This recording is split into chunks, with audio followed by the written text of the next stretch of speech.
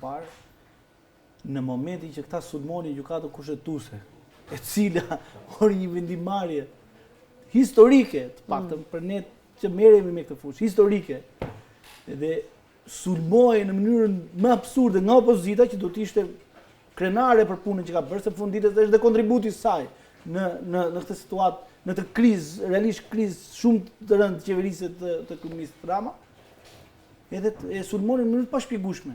Edhe nuk e di pse, akoma nuk e kuptoj pse e kanë sulmuar, e kupton? Është enigmë për mua.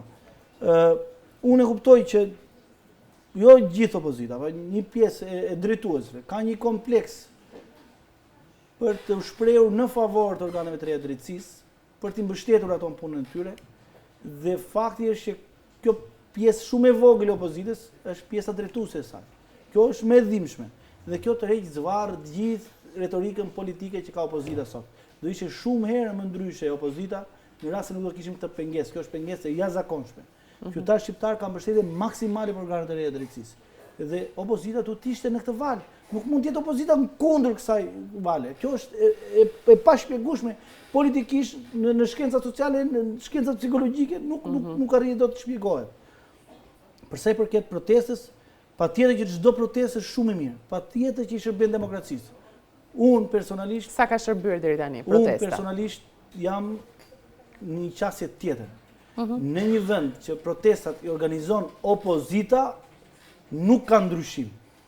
Dhe kjo është më e dhimbshme, sepse opozita sado që të bëj, sado që të kërkoj ndryshimin e sistemit ose ndryshimin e qeverisjes, nuk është ajo që ka legitimitetin popullor për ta kërkuar, sepse funditës është një oponent politik.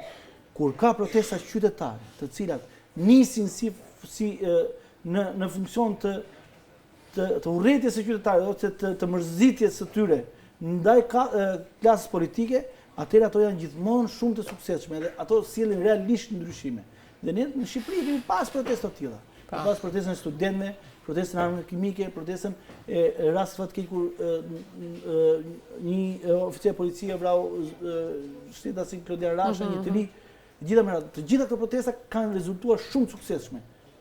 Siç rezultoi ajo protestë aq modeste në Vlorë, tronditi themelet e qeverisjes për aq pak sa zgjat, sepse ato janë realisht protesta që lindin nga qytetarët, nga nevoja e qytetarëve për protestuar.